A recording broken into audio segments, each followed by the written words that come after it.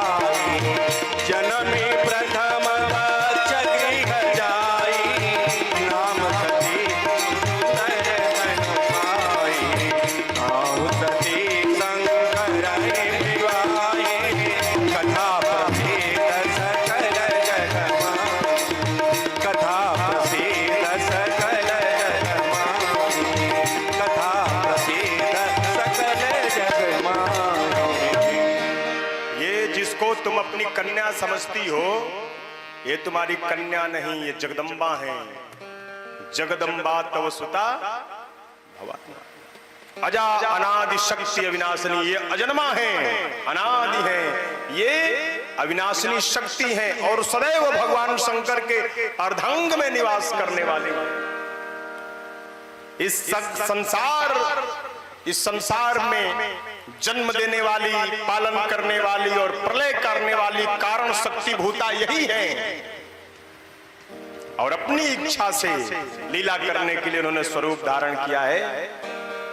पूर्व जन्म में ये सती थी, इनका विवाह शंकर के साथ ही हुआ था। अपनी एक छोटी से भूल के कारण अपने पिता के यज्ञ में आत्मदाह कर दिया, और उसी समय वरदान मांगा कि जन्म जन्म शिव पद अनुराग। इस कारण तुम्हारे यहां इन्होंने जन्म लिया है। मोह त्याग दो, और जिनको तुम देख करके डर गई हो, आदिदेव देवादिदेव महादेव भूत भगवान भोलेनाथ हैं, ये शक्ति हैं, वो शिव हैं, ये प्रकृति हैं, वो पुरुष हैं। ये दोनों एक दूसरे के लिए ही बने हैं, तुम तो निमित्त मात्र हो। इतना समझाया तो ज्ञान जागृत हुआ, मोह समाप्त हुआ, और पार्वती जी की पूजा करने लगे। कौन? हिमांचल और मैना अपनी ही बेटी की पूजा करने लगे, स्तुति करने लगे। माता पार्वती कक्ष में गई, शादी तय हो गई, अब निश्चित हो गई कि अब ब्याह हुई। बाधा जो आई थी वो बाधा समाप्त हो गई।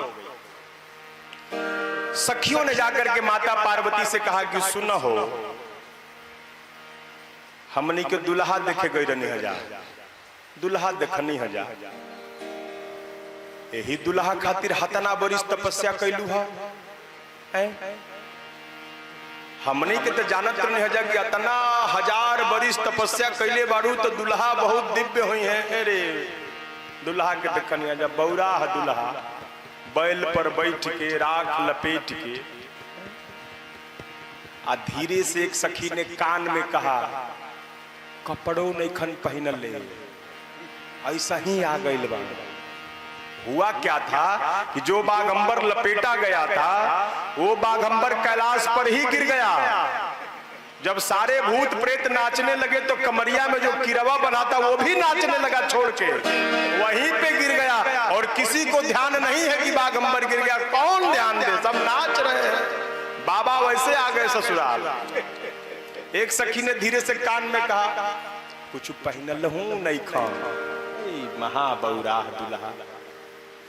माता समझ गई कि मेरे आराध्य भगवान शंकर ही हैं, वही है, ऐसे स्वरूप में दूसरा कोई आ नहीं सकता। मन ही मन प्रसन्न है। अब धीरे से कहा, माता पार्वती ने भगवान से मन ही मन प्रार्थना किया, प्रभु जितनी लीला आपको करनी थी आपने कर ली, अब अपने सहज स्वरूप में प्रकट हो जाइए।